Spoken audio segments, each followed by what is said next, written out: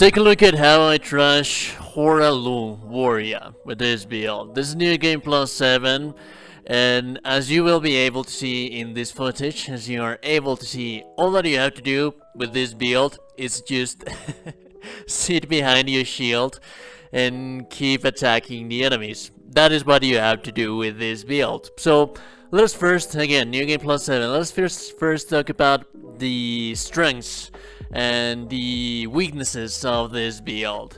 Then we're going to talk about the stats, the weapons that we're using. We are using very specific things in this specific build. The shield that we're going to be using, there is a very specific reason that is going to be this shield and no other shield. So timestamps for all of that in the video description. That being said, the build, what's so strong about it is that it has so much versatility.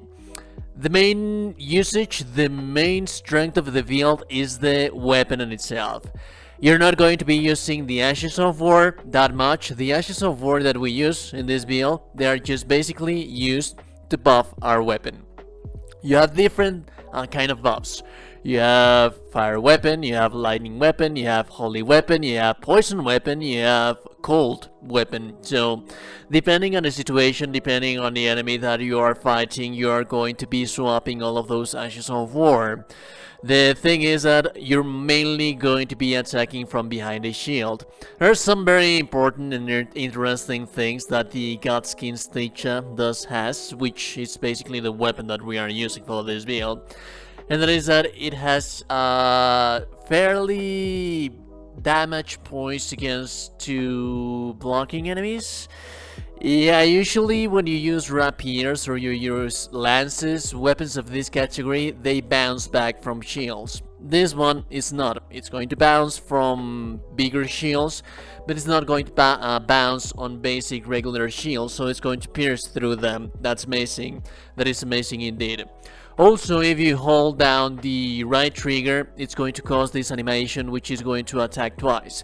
This attack twice animation, when you hold down the right trigger, it has huge stagger potential. So if you're struggling against someone and you want to stagger them, that is what you want to do. But more often than not, more of the cases, you're going to be attacking from behind a shield. So that being said, when you attack from behind the shield, there are some very important things that we do want to have in mind. We're going to be discussing that about on the equipment section, talisman sections, but for now, let's talk about the stats of the build. So, this weapon, the highest AR damage that you can, this is a quality weapon. But for a quality weapon to actually reach its maximum potential, you want to have 80 strength and 80 endurance. This is a 150 build. So for a 150 build, the most viable choice would be a keen weapon. You can divide it into strength or keen. The keen one has higher damage. We're also going to be min-maxing this character. If you want to min-max this character, if you want to have these stats that I have right here, the recommended starting class is the Vagabond. Reason for that is that it already starts with 14 strength. 14 strength is the minimum strength requirement for the weapon to be held. So we're min-maxing right there. We're just using those 14 strengths to be those 14 strength to be able to wear the weapon. But more than that, we're going to have a keen affinity on the weapon for it to be scaling on beyond dexterity. It will end up having 630, something like that. Yeah, 630 AR total damage once you reach 80, which is amazing. It's just amazing. On top of that, you're going to be having those amazing beautiful buffs that are going to give you 160 extra damage, so that is amazing as well. So the bigger, thankfully enough for this build, we are able to reach that 60 bigger threshold. The 60 bigger threshold, we are using it like that because it's the soft cap for bigger. Beyond this point, it's going to diminish the health points that you invest in return. That is not just so viable to go beyond 60. So basically with this, you're going to have 1000 900 health. We're going to end up with 2200, talk about that later. But as for mind, we do not need that much mind, because we are not using our Ashes of War that much. We do not need them that much. We only use them to buff our weapon. We do not use them to cause damage. They are quite damaging, but they are not as damaging as the base damage that our weapon does from behind a shield. We actually have boosted damage from behind a shield. Talk about that in the talisman sections of the build. And then endurance. You do not need that much endurance, but once you manage to reach out that 60 bigger threshold and that 80 dexterity threshold, this is what you're aiming to. It's going to allow you to be behind on the shield for that much time. It's going to allow you to attack more often, and it's going to allow you to use heavier armor. As for the armor, we're not going to be using anything specific. So this is what we are looking at. 60 bigger, amazing, beautiful. 80 damage, soft cap, I love that. 30 bigger, that's amazing. 14 strength, we're only using that because that is the minimum strength requirement for the shield that we're going to be using, and we already have that one from the Vagabond starting class. So again, if you want to min-max this build, you won't start as a Vagabond. Let's talk about the equipment now. The Godskin Stitcher.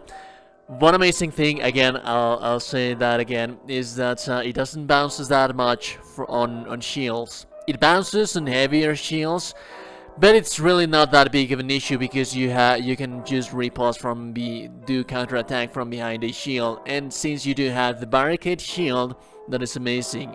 One thing that I like also is that it has so much precision on the attack animation. It's likely not going to miss the enemies, and if it does the final attacks when it does like slashes, that is one amazing thing, that you have combined damage types. You have piercing and slashes with this thing.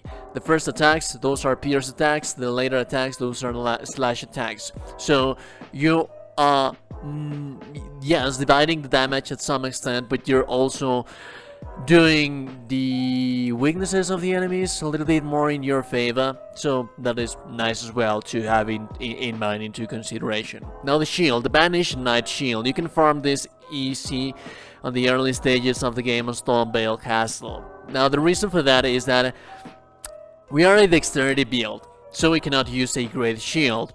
The highest guard boost, the highest guard boost or stability that you have on a regular medium shield is from the Dorito shield, the brass shield. We're not going to be able to use that because we do not have that much strength. The Banished Knight Shield is the second highest medium shield with the highest guard boost. So it only requires 14 strength for you to use it. And since it only requires 14 strength for you to use it, this is just ideal for this build. You have enough guard boost, you have 100% defense, physical defense, so it's basically the ideal shield that we're going to be using for this build. As for the armor, use whatever you feel like comfortable with. It doesn't really matter. The idea is that you're not going to get hit, so you do not have to worry that much about poise, because again, you're going to be from behind the shield. On the shield, we want to use Barricade Shield. This thing got buffed again, so it's amazing again. Barricade Shield is going to save your life so much. If you remember the fight that I did with Godfrey, he wasn't really doing that much stamina, even a New Game Plus 7. New Game Plus 7, for him not to deal that much stamina shield to my guard boost, that's amazing. And you can also use this for Radagon, basically every other boss that you can find into this game. It's just, you can just barricade from behind the shield, attack with your Godskin Stitcher, leads us to Talisman. We're going to be using the Shield Talisman to increase our guard boost. We want to have that thing as high as possible with one of the stars of the show right here. It's going to be the Spear Talisman. The Spear Talisman, basically what it does is that it enhances counterattacks. Not the counterattacks that you have when you block and then you press the right trigger, no. Basically, when you trade hits with the enemy, it increases the damage for that. So, if you get hit by an enemy while you are attacking as well from behind a shield, that damage is going to increase by this Talisman. So, basically, potentially increasing quite a lot your DPS. And then we have, those are the two requirements that you need for this build. The other two slots, you can play around with them, you can toy around with them. My recommendations would be the Archery's Favor Plus 2 because extra health, stamina, so on and so forth is amazing. Also, the Life Talisman, that is what I was telling you about. You're not going to get hit with this shield, but sometimes you will get punished, especially in later stages of New Game Pluses. There are some bosses that can potentially one-shot you, so having 2200 health with the Health Talisman plus 2, that is amazing. You could also have the Green Turtle Talisman to be able to recover your stamina more often, be able to be blocking more often, so there is that. As for the Flask of Wondrous Physics, I would advise the Green Burst Crystal Tia, just because, again, we want to maintain our stamina as healthy as possible. Yeah, we want to be able to be blocking from behind the shield as much as we can. As for the other one, usually I place Element Flasks of Wondrous Physics in here, and you could, definitely, by all means. If you're going to fight a boss that is resistant to, for example, Holy, then use your Fire Ash of War to imbue your weapon with fire, and also use the Fire Crack Shrouding Crack tier. If you do not want to be worrying too much about all of that, you can just basically use something else, but if you want to potentialize this build as much as possible, then combine your Ash of War with your desired increase for the Flask of Wondrous Physique. You are going to be doing quite a lot of swapping every time you visit a bonfire, every time you visit your site of grace. I'm sorry. A lot of people do not know them as bonfires, but yeah, every time you visit a site of grace especially, you don't actually have to worry about this that much in exploration. As you were able to see, I was using holy damage on holy resistant enemies. I was doing just fine on the prayer room for the Haldic tree roots. But when you're fighting, for example, Radagon, you do not want to use holy damage. You want to use fire damage, for example. When you're fighting ancient dragons, use electricity. And if you're going to use your electric damage weapon Ash of War, then you're also going to be using your Electric Crack Shrouding Crystal Tia. And that is going to be a monster. It's going to make you a monster. That being said, like always, if you like the content and liking the video, super appreciate it. Subscription to the channel as well. No one has told you today that you're a gorgeous and beautiful person. You are indeed a gorgeous and beautiful person. Have a beautiful day, and I'll be seeing you goddamn gorgeous and beautiful people in the next one. Goodbye.